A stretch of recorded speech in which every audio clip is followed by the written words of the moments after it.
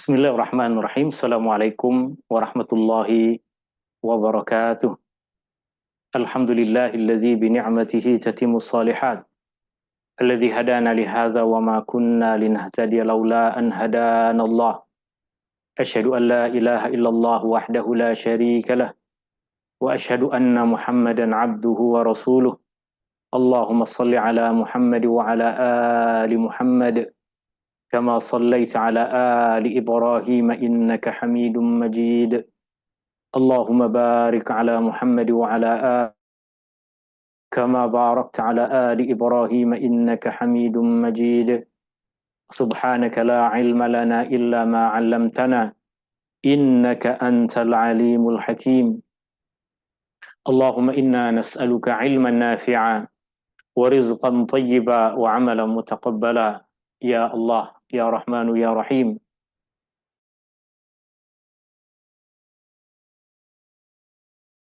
Kami.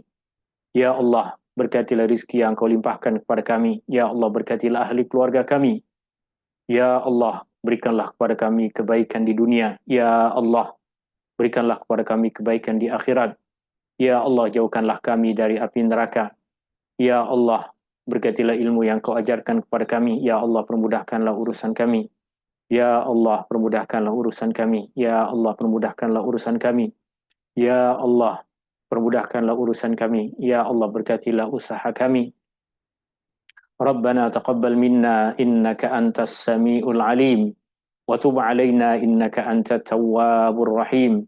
Rabbana atina fid dunya hasanah wa fil akhirati hasanatan wa qina adzaban nar. Wa sallallahu ala nabiyyi Muhammadin walhamdulillahi rabbil alamin.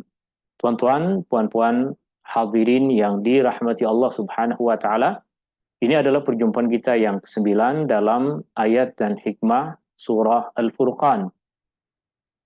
Di mana dalam majelis ilmu kita di petang hari ini insyaallah kita akan mengupas ayat 30 dan ayat 31 dari surah Al-Furqan ini. Sila tuan-tuan dan puan-puan sediakan nota tafsir Ibnu Katsir, dan tuan-tuan dan puan-puan juga boleh sediakan mushaf Al-Quran yang ada terjemahannya untuk kita tengok pada ayat yang tengah kita pelajari ini, dan mungkin ayat-ayat lain yang insyaAllah kita akan sebutkan di dalam majlis ilmu ini. Tuan-tuan, puan-puan hadirin yang dirahmati Allah Subhanahu wa taala, juga seperti biasa dalam majlis ilmu ini, tuan-tuan dan puan-puan boleh tanyakan apa-apa soalan yang berkaitan dengan apa yang tengah kita pelajari, dan tidak perlu menunggu akhir pertemuan. Maknanya, jika ada apa-apa soalan, tuan-tuan dan puan-puan boleh terus bertanya on the spot. Dan tuan-tuan pun boleh bertanya sama ada dengan tulis soalan di dalam chat room yang ada di dalam Zoom meeting ini, atau tuan-tuan dan puan-puan juga boleh buka mikrofon dan terus bertanya soalan yang berkaitan dengan apa yang tengah kita pelajari. Kita boleh mulakan majlis ilmu kita di petang hari ini dengan membaca Bismillahirrahmanirrahim. Surah Al-Furqan masuk dalam himpunan surah-surah Makkiyah, dan dalam mushaf Al-Quran ia boleh kita jumpai dalam susunan yang ke-25. Tema utama dari surah yang mulia ini adalah mengambil peringatan dari Al-Quran, mengambil pengajaran dari Al-Quran, Al-Quran yang Allah turunkan sebagai pembeza antara keingkaran dengan keimanan, pembeza antara kebatilan dengan kebenaran, perbeza antara kekufuran dengan kepercayaan kepada Allah Subhanahu wa taala. Isi kandungan surah Al-Furqan ini pada bahagian yang pertama berkaitan dengan Al-Quran sebagai pemberi peringatan, dan yang kedua berkaitan dengan keimanan akan balasan akhirat. Dan kita dah sebutkan bahawa surah Al-Furqan masuk dalam himpunan surah-surah Makkiyah, surah yang diturunkan di Mekah, dan banyak surah-surah yang Allah turunkan di Mekah membina keimanan kepada Allah, membina keimanan kepada hari akhir, membina keimanan kepada Al-Quran, membina keimanan akan kebenaran yang dibawa oleh Rasulullah sallallahu alaihi wasallam. Mula dari ayat yang ke-10 sehingga akhir ayat dari surah Al-Furqan, ia mengajarkan kepada kita tentang prinsip keimanan kepada Allah, prinsip keimanan akan akhirat, akan balasan akhirat. Dan jika kita perincikan perkara ini seperti yang dah kita sebutkan dalam beberapa pertemuan ini, maka kita akan jumpai perincian seperti yang kita jumpai di sini, di mana mula dari ayat yang ke-10 hingga ayat yang ke-20, Allah Subhanahu wa taala menceritakan tentang keingkaran orang-orang musyrik.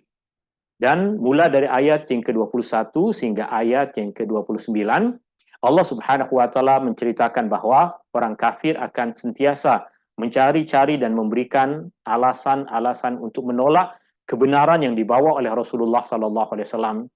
Dan pada bahagian yang ketiga, mula ayat 30 hingga ayat yang ke-60, dan ia adalah ayat yang insyaAllah kita akan mula untuk membahasnya.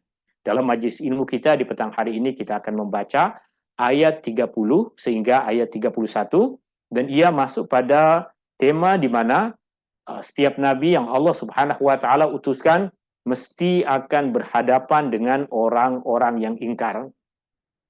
Dan pada bahagian akhir dari surah ini Allah Subhanahu wa taala sebutkan sifat-sifat ibadur rahman. Ini dua ayat mulia yang insyaAllah kita akan baca dalam majlis ilmu kita di petang hari ini. Kita baca terjemahan ringkas dari ayat ini, dan baru kemudian kita tengok perincian yang disebutkan oleh Al-Imam Ibnu Katsir rahimahullahu ta'ala. Allah Subhanahu wa ta'ala berfirman, A'udzu billahi minasyaitonir rajim. Wa qala ar-rasulu ya rabbi inna qaumi ittakhadhu hadzal qur'ana mahjura. Dan Rasul berkata, wahai Tuhanku, sesungguhnya kaumku telah menjadikan Al-Qur'an ini sesuatu yang ditinggalkan. Rasul mengadu kepada Allah. Rasulullah sallallahu alaihi wasallam mengadu kepada Allah, mengatakan, wahai Tuhanku, sesungguhnya kaumku telah menjadikan Al-Quran sebagai sesuatu yang mereka tinggalkan, sesuatu yang ditinggalkan. Betulkah umat Rasulullah sallallahu alaihi wasallam telah meninggalkan Al-Quran? Betulkah umat Rasulullah sallallahu alaihi wasallam telah menjadikan Al-Quran ini sesuatu yang ditinggalkan? Siapakah yang dimaksud dengan umat Rasulullah sallallahu alaihi wasallam di dalam ayat ini?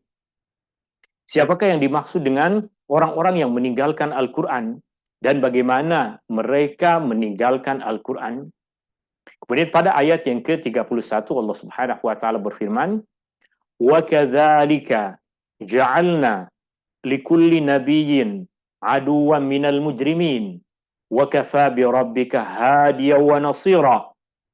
Wa kadzalika, dan demikianlah, ja'alna, kami jadikan, likulli nabiyyin, bagi tiap-tiap nabi, aduwwan minal mujrimin, musuh dari kalangan orang-orang yang bersalah, musuh dari kalangan orang-orang yang jahat, musuh dari kalangan orang-orang yang berdosa. Wa kafa bi rabbika, dan cukuplah Tuhanmu, hadiyan wa nasira, yang menjadi penolong, Tuhanmu yang memimpin kamu, membimbing kamu, memberikan petunjuk kepada kamu, wa nasira, dan memberikan pertolongan. Cukuplah Allah sebagai pemberi petunjuk dan pemberi pertolongan. Pada ayat yang pertama, Allah Subhanahu wa taala menyebutkan tentang pengaduan Rasulullah sallallahu alaihi wasallam.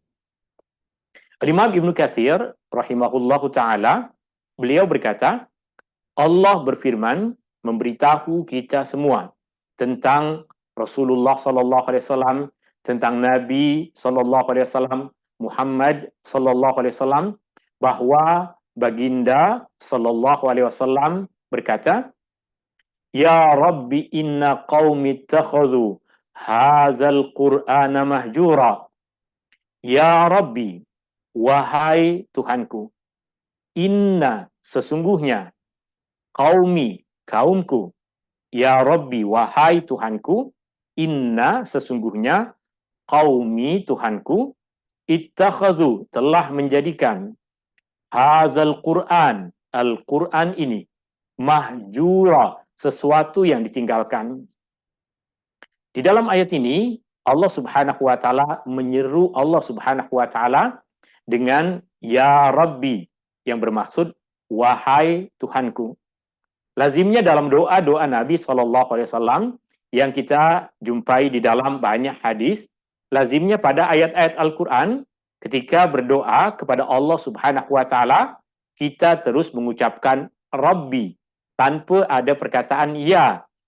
Lazimnya di dalam Al-Quran, kita diajarkan untuk menyeru Allah Subhanahu wa Ta'ala, berdoa kepada Allah Subhanahu wa Ta'ala dengan Rabbana, tanpa mesti ditambahkan dengan perkataan ya.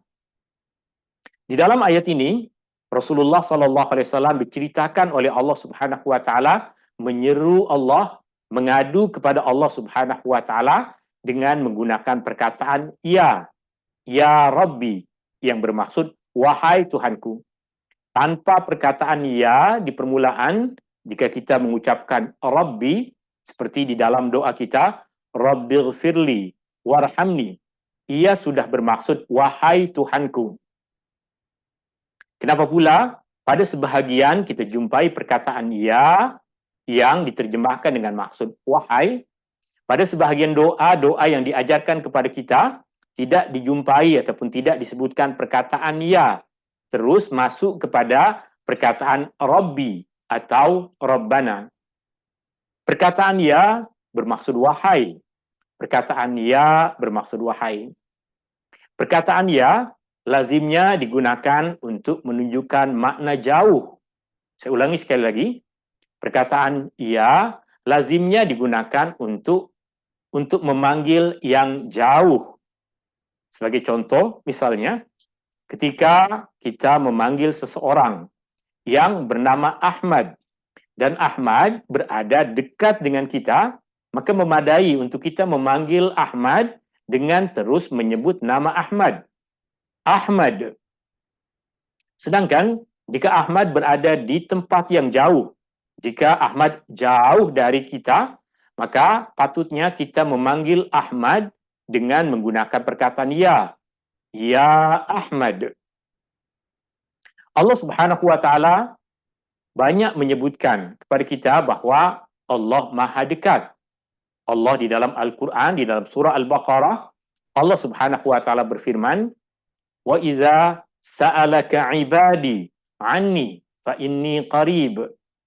Jika hambaku bertanya kepadamu, wahai Muhammad, tentang aku, sungguh aku dekat. Allah dekat. Maka dalam kebanyakan doa-doa yang Allah Subhanahu wa Ta'ala ajarkan kepada kita ataupun diajarkan oleh Rasulullah sallallahu alaihi wasallam kepada kita, selalunya tidak kita jumpai perkataan ya, terus masuk pada Rabbana atau Rabbi. Kerana Allah dah ajarkan kepada kita bahwa Allah dekat. Allah sentiasa dekat. Allah mendengar doa kita.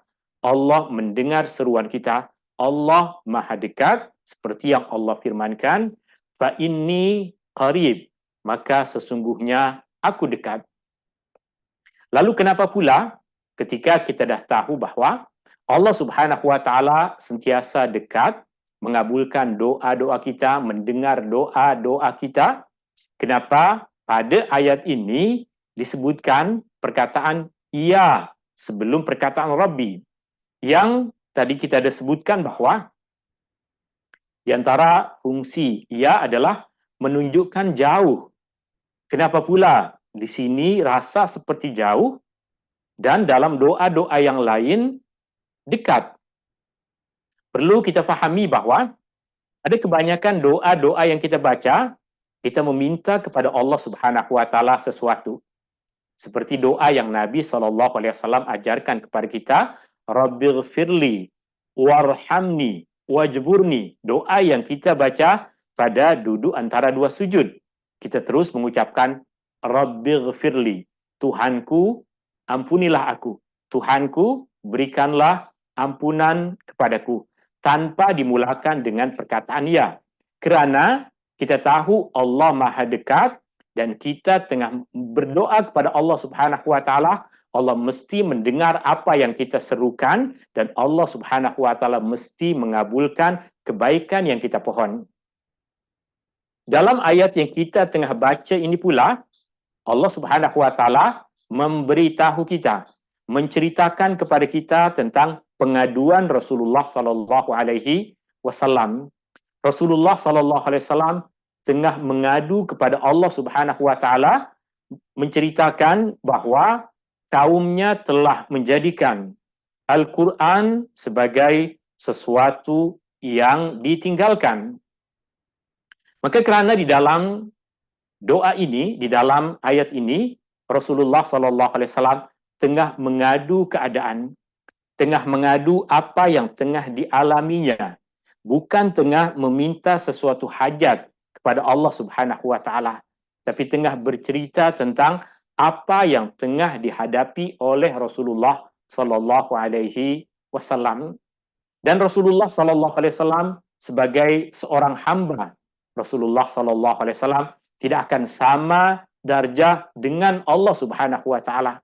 Maka ketika disebutkan perkataan ia, di situ terkandung makna bahawa Allah Subhanahu wa taala Maha tinggi, sehingga ketika Rasulullah sallallahu alaihi wasallam mengadu keadaan dirinya sebagai seorang hamba, Rasulullah sallallahu alaihi wasallam tengah mengadukan perkara ini kepada Dia yang Maha tinggi.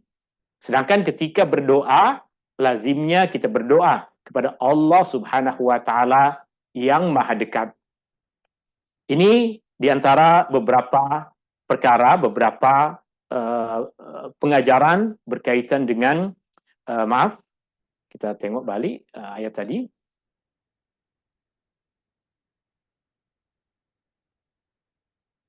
Okey. Allah Subhanahu wa taala memberitahu, Allah Subhanahu wa taala berfirman, memberitahu kita tentang Rasulullah sallallahu alaihi wasallam, tentang Rasul dan nabinya, itu Muhammad sallallahu alaihi wasallam, bahawa baginda berkata, Ya Rabbi, wahai Tuhanku, inna qaumi, sesungguhnya kaumku, ittakhadhu hadzal Qur'an, telah menjadikan Al-Quran ini mahjura, sesuatu yang ditinggalkan. Dalam ayat ini Rasulullah mengadukan tentang umatnya, dan apa yang diadukan oleh Rasulullah sallallahu alaihi wasallam adalah umatnya telah pun menjadikan Al-Quran sebagai sesuatu yang ditinggalkan. Betulkah umat Rasulullah sallallahu alaihi wasallam meninggalkan Al-Quran? Betulkah umat Rasulullah sallallahu alaihi wasallam telah menjadikan Al-Quran sebagai sesuatu yang ditinggalkan? Perlu kita ketahui bahawa perkataan umat adalah perkataan yang luas, perkataan yang umum. Umat Rasulullah sallallahu alaihi wasallam maksudnya adalah umat manusia yang hidup pada masa Rasulullah sallallahu alaihi wasallam atau selepas masa Rasulullah sallallahu alaihi wasallam, yang mereka mendapatkan seruan dakwah dari Rasulullah sallallahu alaihi wasallam. Umat Rasulullah sallallahu alaihi wasallam adalah umat manusia yang hidup pada masa Rasulullah sallallahu alaihi wasallam dan selepas masa Rasulullah sallallahu alaihi wasallam, yang mereka mendapatkan, mendengar seruan dakwah Rasulullah sallallahu alaihi wasallam. Sama ada secara langsung Rasulullah berbicara kepada mereka, menyampaikan dakwah kepada mereka, ataupun dakwah Rasulullah sallallahu alaihi wasallam sampai kepada mereka melalui orang lain. Mereka semua adalah umat Rasulullah sallallahu alaihi wasallam. Sebahagian dari umat Rasulullah sallallahu alaihi wasallam ada yang ikut pada kebenaran yang dibawa oleh Rasulullah sallallahu alaihi wasallam. Sebahagian lagi menolak. Sebahagian umat Rasulullah ikut pada kebenaran yang dibawa oleh Rasulullah sallallahu alaihi wasallam. Sebahagian dari umat Rasulullah sallallahu alaihi wasallam menolak seruan dakwah Rasulullah sallallahu alaihi wasallam. Untuk kita mudah untuk memahami, kita tengok sebagai satu gambaran keadaan masyarakat di Mekah pada ketika itu. Kita fokuskan sekarang pada masa di mana Rasulullah sallallahu alaihi wasallam tengah memulakan seruan dakwah di Mekah. Kita nak fokus pada pembahasan tentang keadaan masyarakat di Mekah pada ketika itu. Rasulullah Shallallahu Alaihi Wasallam berdakwah kepada masyarakat Mekah. Rasulullah Shallallahu Alaihi Wasallam membacakan Al-Quran kepada penduduk Mekah. Kita semua tahu, sebahagian dari penduduk Mekah masuk Islam. Sebahagian dari penduduk Mekah beriman. Sebahagian dari mereka ataupun sebahagian besar dari mereka adalah menolak. Mereka tidak mahu beriman dengan kebenaran yang dibawa oleh Rasulullah Shallallahu Alaihi Wasallam. Mereka semua adalah umat Rasulullah. Yang beriman dan yang tidak beriman, semua adalah umat Rasulullah Sallallahu Alaihi Wasallam. Maksudnya, mereka adalah ummatud dakwah. Apa yang dimaksud dengan ummatud dakwah? Umat manusia yang telah diperdengarkan kepada mereka. Umat manusia yang telah disampaikan kepada mereka dakwah Rasulullah Sallallahu Alaihi Wasallam. Ketika kita fokus kepada masyarakat Mekah, maka kita akan tahu bahwa ayat ini tengah menceritakan tentang sikap kebanyakan manusia yang Rasulullah Sallallahu Alaihi Wasallam bacakan kepada mereka Al-Quran. Siapakah kebanyakan manusia pada ketika itu? Ketika Rasulullah Sallallahu Alaihi Wasallam membacakan Al-Quran di Mekah, kita semua akan tahu bahwa kebanyakan manusia yang Rasulullah Sallallahu Alaihi Wasallam bacakan kepada mereka Al-Quran, mereka menolak Al-Quran. Mereka tidak mahu menerima kebenaran Al-Quran. Mereka tidak mahu mendengarkan Al-Quran. Mereka tidak beriman kepada Al-Quran. Maka tepat ketika dikatakan mereka telah menjadikan Al-Quran sebagai sesuatu yang ditinggalkan. Maknanya ayat ini tengah berbicara berkaitan dengan kebanyakan umat manusia yang Rasulullah Sallallahu Alaihi Wasallam bacakan kepada mereka Al-Quran telah menjadikan Al-Quran sebagai sesuatu yang ditinggalkan. Mereka adalah orang-orang musyrik yang berada di Mekah pada ketika itu. Sekali lagi, jika kita tengah fokuskan ayat ini berkaitan dengan keadaan Nabi Sallallahu Alaihi Wasallam masa Rasulullah Sallallahu Alaihi Wasallam berdakwah di Mekah, masa Rasulullah Sallallahu Alaihi Wasallam membacakan Al-Quran kepada umat manusia di Mekah. Mereka semua adalah kaum Rasulullah Sallallahu Alaihi Wasallam. Mereka semua adalah kaum Rasulullah Sallallahu Alaihi Wasallam. Ini perkataan kaum, tuan-tuan dan puan-puan yang dirahmati Allah Subhanahu wa Ta'ala. Kita tadi sebutkan ada perkataan umat, ada perkataan kaum. Yang kedua perkataan ini boleh digunakan satu menggantikan yang lain. Artinya, umat manusia yang telah mendengarkan seruan dakwah Rasulullah Sallallahu Alaihi Wasallam, umat manusia yang telah sampai kepada mereka kebenaran yang dibawa oleh Rasulullah Sallallahu Alaihi Wasallam, mereka adalah umat Rasulullah Sallallahu Alaihi Wasallam. Tapi sebahagian dari umat Rasulullah Sallallahu Alaihi Wasallam beriman kepada Rasulullah. Sebahagian besar dari umat Rasulullah Sallallahu Alaihi Wasallam tidak beriman kepada Rasulullah Sallallahu Alaihi Wasallam. Ini ketika kita fahami perkataan qaumi di dalam ayat ini dengan maksud umat. Sekarang kita tengok kepada perkataan kaum sebagai dengan maksud bangsa. Sekarang kita fahami perkataan kaum dengan maksud bangsa. Jika perkataan kaum difahami dengan maksud bangsa, maka ia tertuju kepada golongan umat manusia yang mereka berasal dari satu keturunan yang sama dan bertutur kata dengan bahasa yang sama. Kumpulan umat manusia yang berasal dari keturunan yang sama dan bertutur kata dengan menggunakan bahasa yang sama. Dan orang-orang yang berasal dari keturunan yang sama dan bertutur kata dengan bahasa yang sama tepat digunakan untuk masyarakat Mekah pada ketika itu. Sehingga ayat yang tengah kita baca ini terfokus sama ada tertuju kepada orang-orang yang hidup pada masa Rasulullah Sallallahu Alaihi Wasallam dan selepas masa Rasulullah Sallallahu Alaihi Wasallam yang telah dibacakan kepada mereka Al-Quran, yang telah disampaikan kepada mereka Al-Quran lalu mereka menolak Al-Quran. Atau tertuju kepada bangsa, di mana bangsa yang dimaksud adalah bangsa Arab, yang Rasulullah telah membacakan kepada mereka Al-Quran, yang Rasulullah telah menyeru mereka kepada kebenaran Al-Quran, lalu mereka menolaknya. Maka Imam Ibnu Katsir meringkaskan pembahasan tersebut dengan mengatakan bahwa yang dimaksud dengan kaumku di dalam ayat ini adalah orang-orang musyrik. Orang-orang musyrik yang menolak seruan dakwah Rasulullah Sallallahu Alaihi Wasallam. Ini penting untuk kita pahami agar kita tidak menggunakan ayat ini untuk orang yang beriman.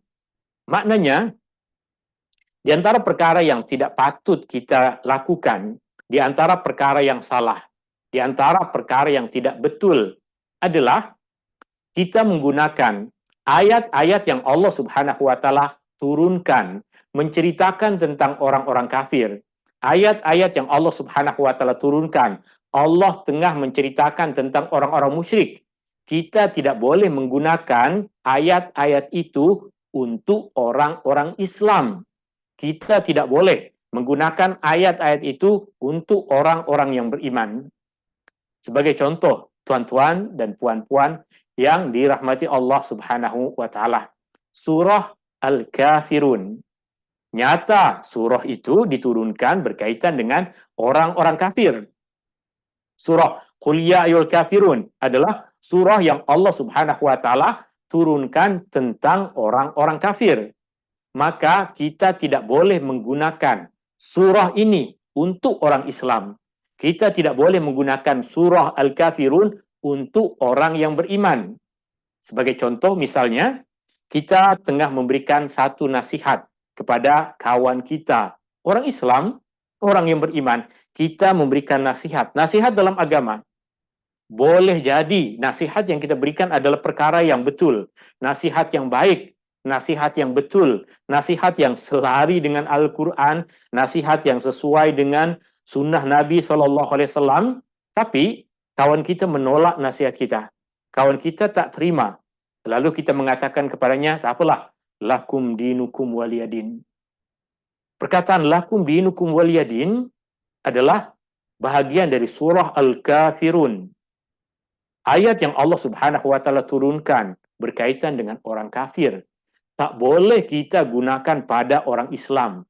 Tak boleh kita gunakan pada orang yang beriman. Jika kita mengucapkan perkataan ini kepada orang yang nyata kafir, maka boleh kita mengatakan lakum dinukum waliyadin. Ada orang Kristian, dia makan daging khinzir, dia minum arak, maka kita boleh mengatakan lakum dinukum waliyadin. Ada orang bukan Islam melakukan perkara-perkara yang bersalahan dengan syariat agama kita, maka boleh kita mengatakan lakum dinukum waliyadin. Tapi jika ada orang Islam, ada orang yang beriman, melanggar apapun perkara di dalam agama, apapun yang kita nasihat kepadanya, tidak patut dan tidak boleh untuk kita menggunakan ayat-ayat yang Allah Subhanahu wa taala turunkan berkenaan dengan orang-orang kafir. Kita gunakan ayat itu dan kita tujukan kepada orang Islam, kita tujukan kepada orang yang beriman dan mengatakan lakum dinukum waliyadin. Sekarang ayat yang tengah kita baca ini, ayat Al-Quran yang tengah kita baca ini, Rasulullah SAW tengah mengadu kepada Allah dengan mengatakan, Ya Rabbi, wahai Tuhanku, inna qaumi, sesungguhnya kaumku, yaitu sampaikan dakwah kepada mereka. Orang yang aku telah bacakan Al-Quran kepada mereka, tapi mereka menolak. Mereka telah menjadikan Al-Quran sebagai sesuatu yang ditinggalkan. Kita tidak boleh menggunakan ayat ini dan kita tujukan kepada orang Islam. Sebagai contoh, misalnya, di antara penggunaan yang salah berkaitan dengan ayat ini adalah, kita ada satu grup WhatsApp di mana kita mencadangkan kepada anggota dalam grup di WhatsApp tersebut untuk kita hadir dalam satu majlis untuk tadarus Al-Quran, untuk belajar Al-Quran, untuk mempelajari tafsir Al-Quran. Kita jemput mereka untuk hadir dalam majlis tersebut. Tapi kebanyakan dari mereka menolak jemputan kita. Kita tak boleh menggunakan ayat ini dengan mengatakan, Ya Rabbi inna qaumi takhadhu hadzal Qur'ana mahjura. Ya Allah, tengok kaumku ni, jiranku, sahabat-sahabatku, kawan-kawanku telah menjadikan Al-Quran sebagai sesuatu yang ditinggalkan. Ayat yang Allah turunkan berkaitan dengan orang-orang musyrik, kita gunakan pada saudara-saudara kita yang beriman, tak boleh. Tak boleh menggunakan ayat-ayat yang Allah turunkan dalam Al-Quran berkaitan dengan orang-orang musyrik, kerana ayat yang tengah disebutkan ini adalah ayat yang menceritakan tentang keadaan orang musyrik. Macam mana kita tahu ia adalah keadaan orang musyrik? Yang pertama dari penjelasan ulama, dari kata-kata Ibnu Katsir, dan jika kita tengok pada ayat selepasnya, Allah nyata sebutkan, وَكَذَلِكَ جَعَلْنَا لِكُلِّ نَبِيٍّ عَدُوًّا مِنَ الْمُجْرِمِينَ. Demikianlah kami telah jadikan bagi semua nabi musuh dari kalangan orang-orang yang jahat, orang-orang yang berdosa, orang-orang yang derhaka. Maknanya ayatnya, kaumnya dalam ayat ini tertuju kepada orang-orang yang menolak, orang-orang yang musyrik, orang-orang yang tidak beriman kepada Al-Quran. Imam Ibnu Katsir mengatakan, ini kerana orang-orang musyrik tidak mahu mendengarkan Al-Quran. Imam Ibnu Katsir kemudian kaitkan ayat yang tengah kita pelajari dengan ayat lain di dalam Al-Quran, kerana di antara pendekatan yang digunakan oleh Imam Ibnu Katsir rahimahullahu ta'ala rahmatan wasi'ah adalah beliau akan kaitkan ayat-ayat Al-Quran yang satu dengan yang lainnya berkaitan, ayat Al-Quran yang saling memberikan penjelasan dan perincian. Dalam surah Fussilat, ayat 26, Allah menyebutkan tentang perkara yang sama. Allah Subhanahu wa taala berfirman, وَقَالَ الَّذِينَ كَفَرُوا لَا تَسْمَعُوا لِهَذَا الْقُرْآنِ وقال الذين كفروا لا تسمعوا لهذا القرآن والغوا فيه لعلكم تغلبون. Dan orang-orang kafir berkata, janganlah kamu mendengar Al-Quran ini dan tentanglah dia, lawanlah Al-Quran, ganggulah bacaan Al-Quran dengan nyanyi-nyanyian, dengan jeritan-jeritan yang riuh rendah serta tepuk sorak, supaya kamu berjaya mengganggu bacaan atau menenggelamkan suara pembacaan.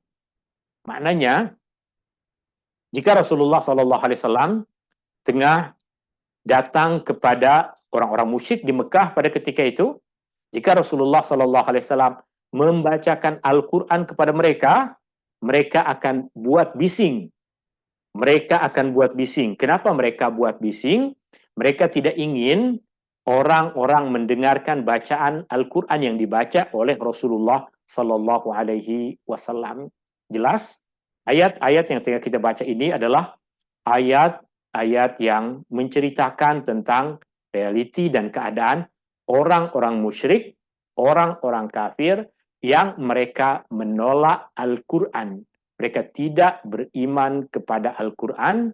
Ayat-ayat yang tengah kita baca ini bukan ayat yang tengah menceritakan tentang keadaan orang Islam, bukan ayat yang tengah menceritakan tentang orang-orang yang beriman di antara kaum Rasulullah SAW, bukan tengah menceritakan tentang orang-orang beriman di antara umat Rasulullah SAW.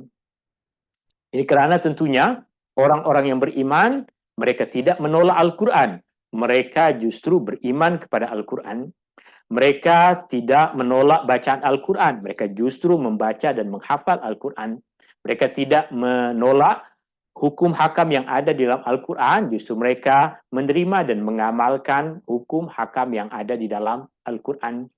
Tuan-tuan, puan-puan, hadirin yang dirahmati Allah Subhanahu wa taala. Kemudian Al-Imam Ibnu Katsir rahimahullahu taala memberikan kepada kita perincian. Al-Imam Ibnu Katsir memberikan kepada kita perincian apabila Al-Quran dibacakan kepada mereka, kepada orang-orang musyrik itu, kepada orang-orang kafir itu, mereka banyak membuat bising dan bercakap tentang perkara lain sehingga mereka tidak mendengarkannya. Rasulullah Sallallahu Alaihi Wasallam selalu berdakwah kepada mereka. Rasulullah selalu membacakan Al-Quran dan Rasulullah Sallallahu Alaihi Wasallam seringkali solat di dekat Ka'bah.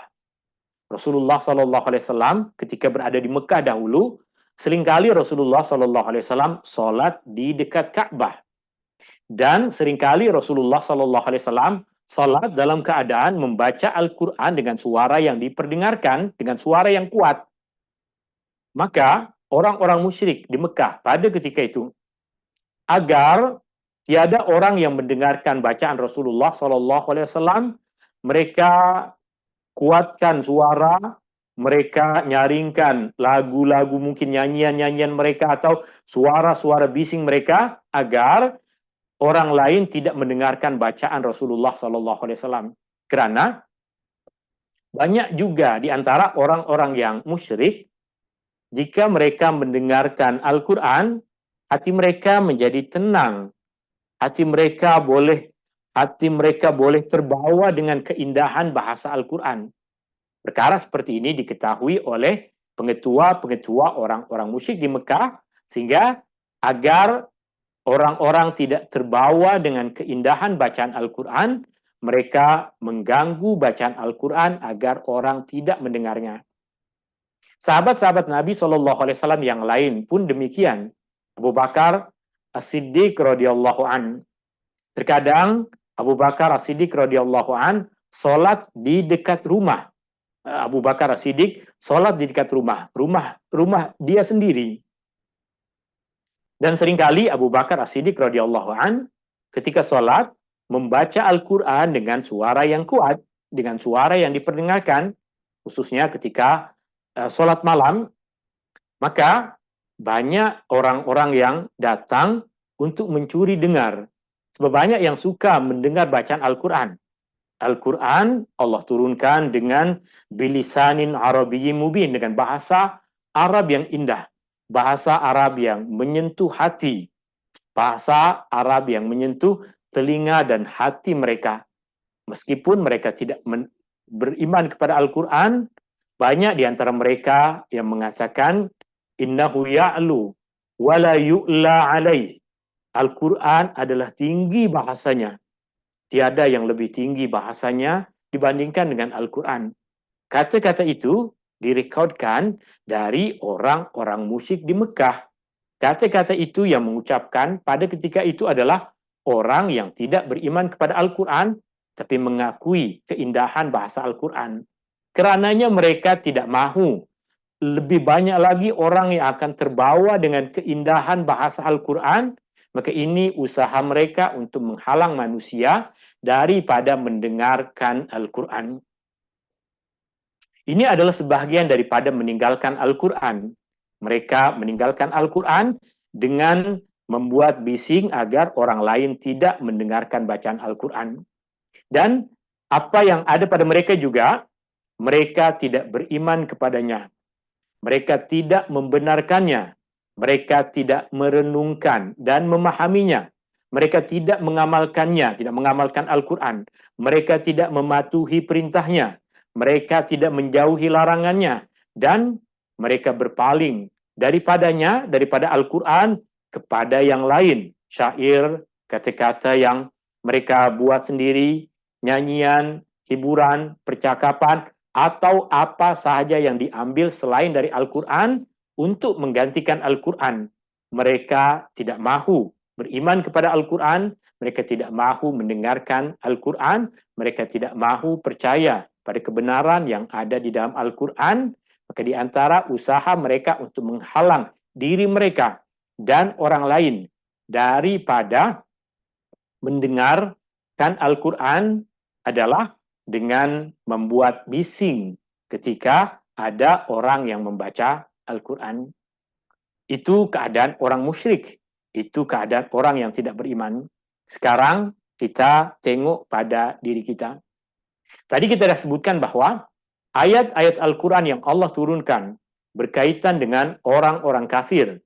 Ayat-ayat Al-Quran yang Allah turunkan berkaitan dengan orang-orang musyrik, kita tidak boleh gunakan ayat itu pada orang-orang yang beriman.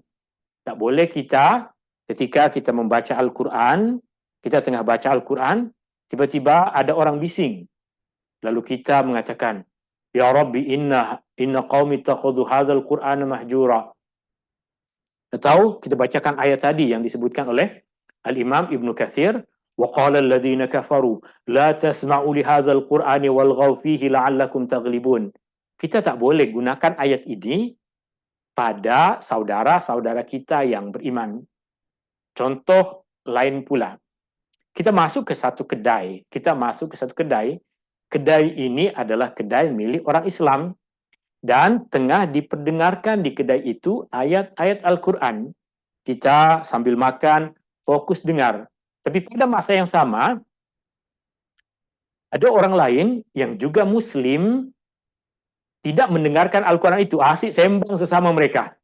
Asyik berbicara sesama mereka, tidak mendengarkan Al-Quran. Lalu kita gunakan ayat ini, وَقَالَ الَّذِينَ كَفَرُوا لَا تَسْمَعُوا لِهَذَا الْقُرْآنِ وَالْغَوْا فِيهِ لَعَلَّكُمْ تَغْلِبُونَ.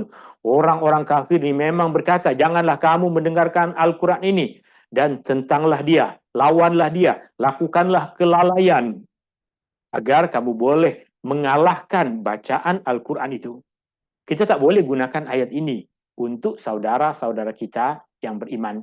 Tapi, kita akan tengok bahwa ayat-ayat Al-Quran yang Allah Subhanahu wa Ta'ala turunkan, sama ada menceritakan tentang surga, menceritakan tentang neraka, menceritakan tentang orang beriman, menceritakan tentang orang kafir, menceritakan tentang Nabi Musa, menceritakan tentang Fir'aun, menceritakan tentang Banu Israel, menceritakan tentang umat Nabi Musa, Nabi Nuh. Semua ayat-ayat Al-Quran kita patut mengambil pengajaran darinya. Ini beza antara kita gunakan ayat Al-Quran yang Allah turunkan pada orang-orang kafir, kita gunakan ayat itu untuk saudara-saudara kita yang Islam. Tak boleh, haram. Yang boleh macam mana? Yang boleh adalah kita mengambil pengajaran dari semua ayat Al-Quran. Surah Al-Kafirun, Allah Subhanahu wa Ta'ala turunkan berkaitan dengan orang-orang kafir, tapi pengajaran dari surah Al-Kafirun adalah untuk kita, orang yang beriman. Ayat yang tengah kita baca tadi adalah ayat yang Rasulullah mengadukan tentang keadaan orang-orang yang kafir. Tapi pengajaran dari ayat ini tentunya bagi kita orang yang beriman.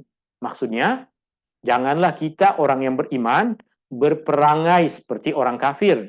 Janganlah kita orang yang beriman memiliki akhlak seperti orang yang kafir. Orang yang kafir tidak beriman kepada Al-Quran. Kita mesti beriman kepada Al-Quran. Orang yang kafir akan menjauhkan diri dari Al-Quran. Kita orang yang beriman perlu dekatkan diri kita kepada Al-Quran. Orang yang kafir benci dengan bacaan Al-Quran. Kita suka dengan bacaan Al-Quran. Itu keadaan yang sepatutnya. Maka dengan demikian kita akan memahami bahwa apa yang disebutkan oleh Al-Imam Ibnu Katsir di sini tengah menceritakan tentang sifat dan keadaan orang-orang kafir, maka sebaliknya kita orang-orang yang beriman perlu beriman kepada Al-Quran, perlu mempelajari Al-Quran, perlu merenungkan dan memahami Al-Quran, perlu mengamalkan perintah Al-Quran, perlu menjauhi larangan Al-Quran, dan tidak boleh berpaling dari petunjuk Al-Quran berpindah kepada petunjuk yang lain.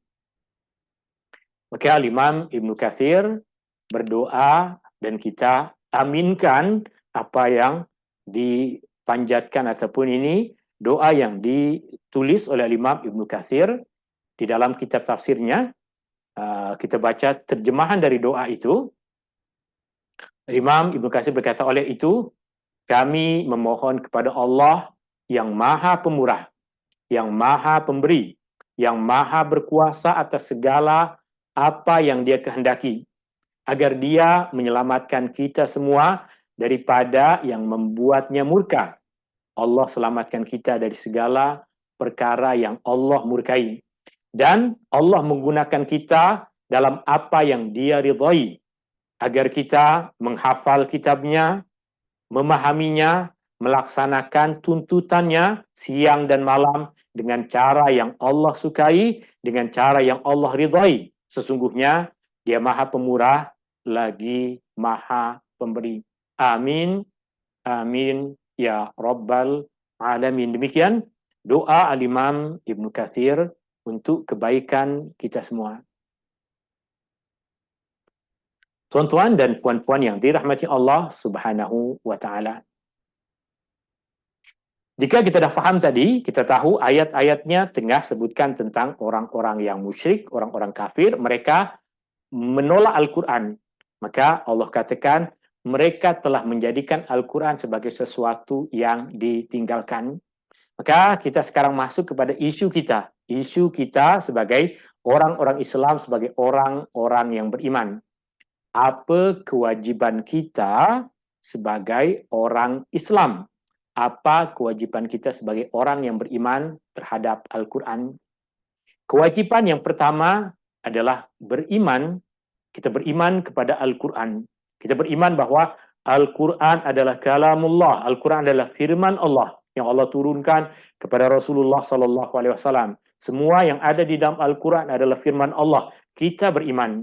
Kita beriman akan kebenaran Al-Quran. Kita beriman Al-Quran sebagai wahyu yang Allah turunkan kepada Rasulullah SAW. Ini kewajiban pertama kita terhadap Al-Quran adalah kita beriman kepada semua isi kandungan Al-Quran, pada semua ayat-ayat Al-Quran, semua perkataan-perkataan dan huruf-huruf yang ada di dalam Al-Quran, ia adalah wahyu dari Allah kepada Rasulullah Sallallahu Alaihi Wasallam.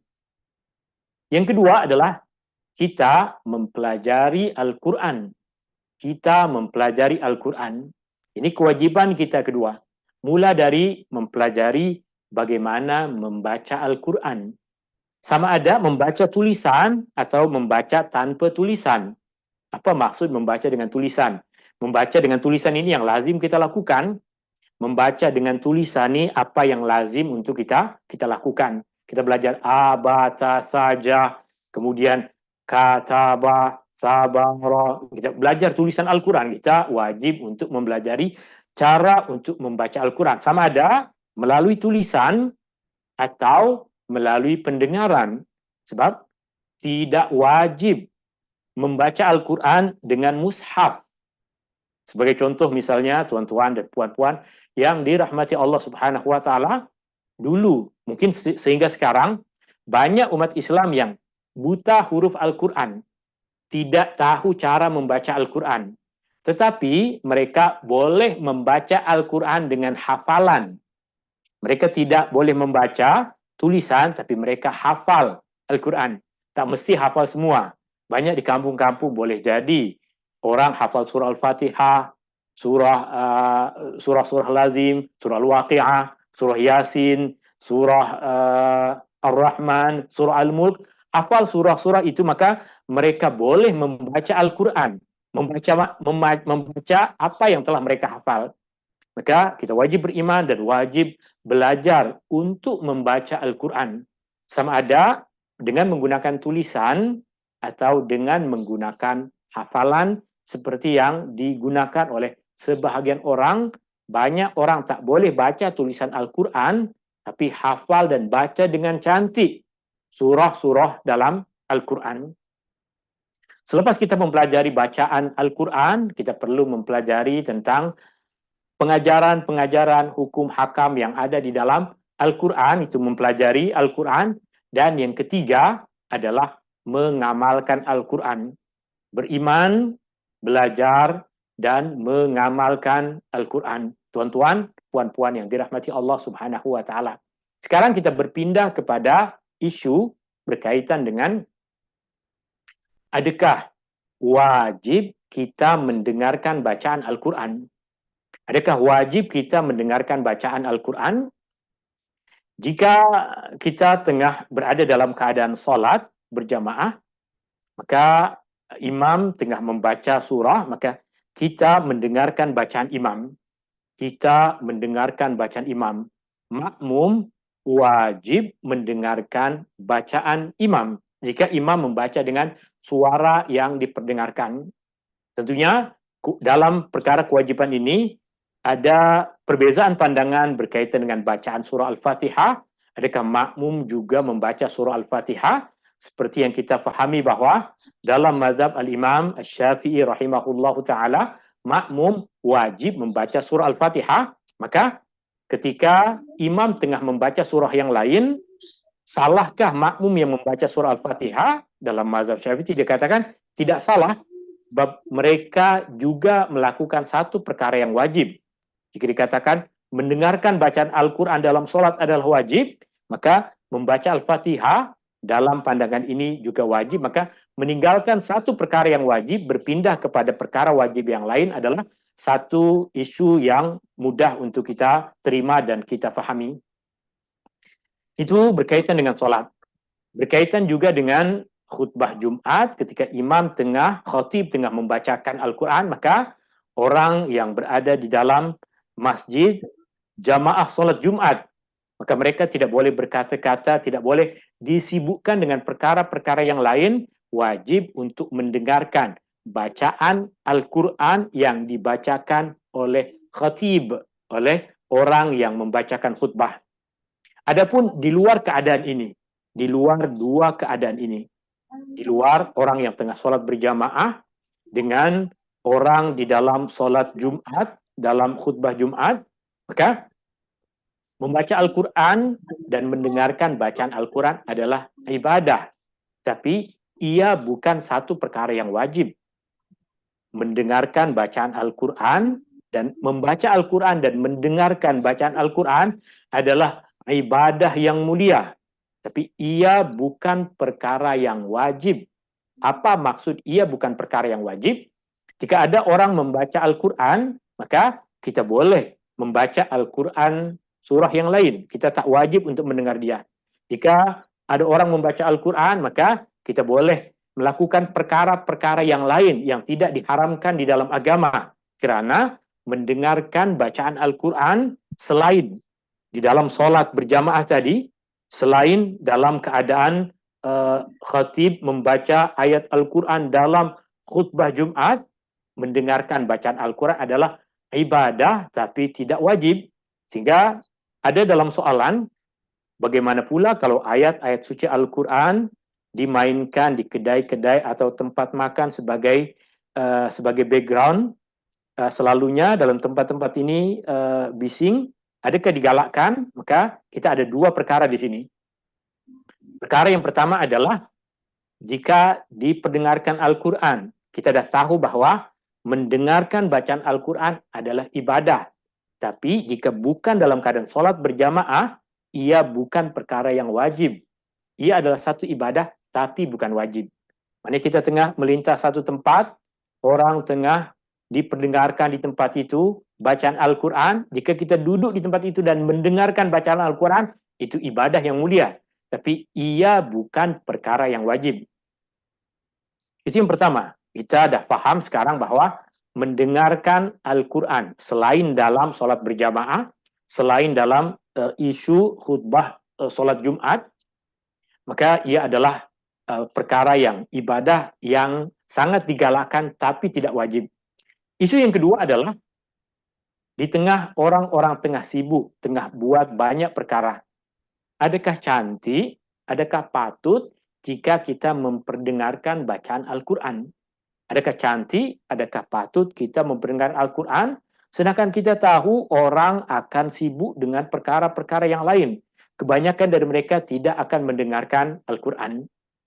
Jawabannya adalah, jika ia tidak membawa kepada penghinaan Al-Quran. Saya ulangi sekali lagi. Jika tidak membawa kepada penghinaan Al-Quran, maka selama-lamanya memperdengarkan Al-Quran adalah perkara yang baik. Jika tidak membawa kepada penghinaan Al-Quran. Sebagai contoh misalnya yang membawa kepada penghinaan Al-Quran adalah kita perdengarkan Al-Quran kepada memang orang-orang yang tidak hormat kepada Al-Quran, maka kita dengarkan suara Al-Quran, dia berjoget-joget pula, ikut kepada irama bacaan Al-Quran, maka seakan-akan kita tengah membawa kepada perkara yang menghinakan Al-Quran. Kita tidak menghinakan Al-Quran, tapi perbuatan yang kita lakukan membawa kepada penghinaan Al-Quran. Contohnya, tuan-tuan dan puan-puan yang dirahmati Allah Subhanahu wa taala, kita pergi ke hospital, orang tengah sakit, kita kuatkan bacaan Al-Quran, maka orang akan maki kita. Ia bukan memaki Al-Quran, tapi memaki kita yang tak bijak. Orang tengah nak rehat, orang tengah sakit, kita pula membaca Al-Quran atau memperdengarkan bacaan Al-Quran dengan suara yang kuat. Itu yang kita maksud, ia membawa kepada penghinaan Al-Quran. Di sebagian tempat, sebelum masuk waktu sholat akan diperdengarkan Al-Quran dengan kuat. Jika ia berada pada perkampungan Islam yang tiada sesiapa pun yang terganggu dengan perkara itu, maka tak menjadi isu. Yang menjadi isu adalah jika ia membawa kepada penghinaan kepada Al-Quran. Itu yang patut kita tinggalkan. Jangan buat perkara-perkara yang membawa kepada penghinaan Al-Quran. Demikian juga berkaitan dengan kedai tadi, berkaitan dengan di kedai tadi, tempat kerja semua tempat tersebut boleh untuk diperdengarkan Al-Quran selagi ia tidak membawa kepada penghinaan kepada Al-Quran. Meskipun ada orang yang dengar, ada orang yang tidak dengar, sebab mendengarkan Al-Quran selain dalam solat berjamaah tadi, selain dari mendengar khatib ketika membaca Al-Quran dalam khutbah Jumat, selain pada dua keadaan itu, mendengarkan Al-Quran bukan perkara yang wajib ke atas semua umat Islam. Ia adalah ibadah yang mulia, ia adalah ibadah yang utama. Oke, soalan yang kedua ada bagaimana sekira surah seperti itu dibaca di dalam solat. Surah jika dibaca di dalam solat, maka kita sebagai makmum, kita kena dengarkan bacaan imam tersebut, melainkan dalam surah Al-Fatihah, mengikut kepada apa yang kita dah pahami dalam mazhab Syafi'i, berkaitan ia berasaskan hadis sahih yang diriwayatkan oleh Imam Muslim dari Abu Hurairah radhiyallahu an, yang Abu Hurairah berkata kepada seorang yang bertanya kepadanya tentang bacaan surah Al-Fatihah dalam solat berjamaah, Abu Hurairah radhiyallahu an menyuruh orang tadi untuk membaca surah Al-Fatihah di dalam solat.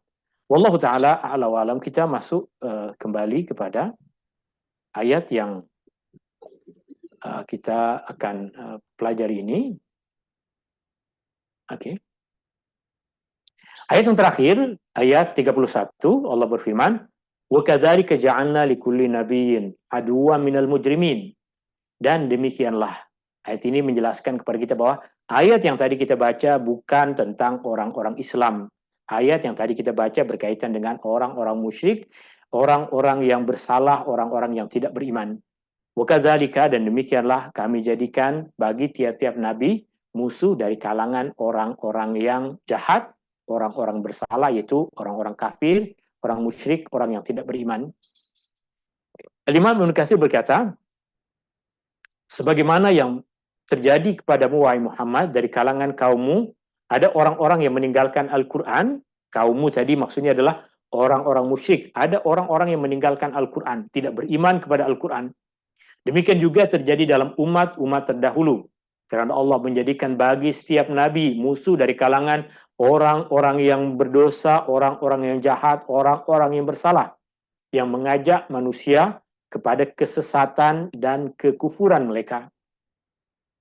Seperti yang Allah firmankan di dalam Al-Quran, وَكَذَلِكَ جَعَلْنَا لِكُلِّ نَبِيٍّ عَدُوًّا شَيَاطِينَ الْإِنسِ وَالْجِنِّ يُوحِي بَعْضُهُمْ إِلَى بَعْضٍ زُخْرُفَ الْقَوْلِ غُرُورًا وَلَوْ شَاءَ رَبُّكَ مَا فَعَلُوهُ فَذَرْهُمْ وَمَا يَفْتَرُونَ وَلِتَصْغَى إِلَيْهِ أَفْئِدَةُ الَّذِينَ لَا يُؤْمِنُونَ بِالْآخِرَةِ وَلِيَرْضَوْهُ وَلِيَقْتَرِفُوا مَا هُمْ مُقْتَرِفُونَ.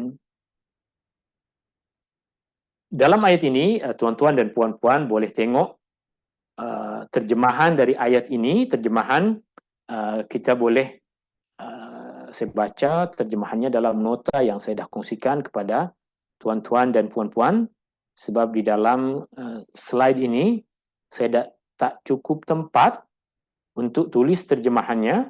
Saya akan bacakan terjemahannya mengikut kepada nota yang telah saya kongsikan kepada tuan-tuan dan puan-puan. Okey, sekejap. Surah Al-Furqan ayat 31. Terjemahan dari ayat ini ada pada muka surat 35. Ayat ini boleh dijumpai pada surah Al-An'am ayat 112, 113. Dan demikianlah kami jadikan bagi tiap-tiap nabi itu musuh dari syaitan-syaitan manusia dan jin. Setengahnya membisikkan kepada setengah yang lain kata-kata dusta yang indah, kata-kata dusta yang indah susunannya untuk memperdaya pendengarnya. Dan jika Tuhanmu menghendaki, tentulah mereka tidak akan melakukannya. Oleh itu, biarkanlah mereka dan apa yang mereka adakan dari perbuatan kufur dan dusta itu.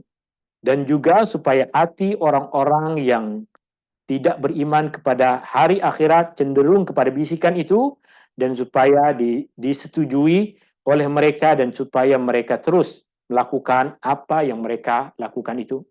Di dalam ayat ini nyata Allah Subhanahu wa taala sebutkan bahwa setiap nabi mesti ada musuh. Sama ada dari kalangan jin ataupun dari golongan manusia. Maka Rasulullah SAW pun mesti ada yang memusuhinya. Setiap kebenaran mesti ada orang-orang yang memusuhinya. Di akhir ayat ini Allah Subhanahu wa taala berfirman, "Wa kafa bi rabbika hadiya wa nasira." Dan cukuplah Tuhanmu wahai Muhammad menjadi pemberi petunjuk dan menjadi penolong. Itu pemberi petunjuk dan penolong bagi sesiapa yang mengikuti Rasulnya, beriman kepada kitabnya, membenarkan dan mengikutinya, maka sesungguhnya Allah adalah pemberi petunjuk dan penolong di dunia dan di akhirat. Allah di dalam ayat ini sebutkan bahwa Allah adalah hadiyan wa nasira, pemberi petunjuk dan penolong. Kerana orang-orang musyrik menghalang manusia daripada mengikuti Al-Quran. Mereka menghalang manusia dari mengikuti Al-Quran supaya tiada seorang pun yang mendapatkan petunjuk dari Al-Quran, dan supaya jalan mereka, jalan orang-orang musyrik itu mengatasi jalan Al-Quran. Apapun usaha mereka, Allah Subhanahu wa taala tetap akan menzahirkan Al-Quran. Apapun usaha buruk dari orang-orang musyrik itu, Allah Subhanahu wa taala akan tetap menzahirkan dan menolong agamanya. Wallahu taala a'la wa a'lam. Ini yang boleh kita bahas dalam majlis ilmu kita di petang hari ini. Dan di akhir ada dua pengajaran utama selain dari apa yang tadi kita perincikan.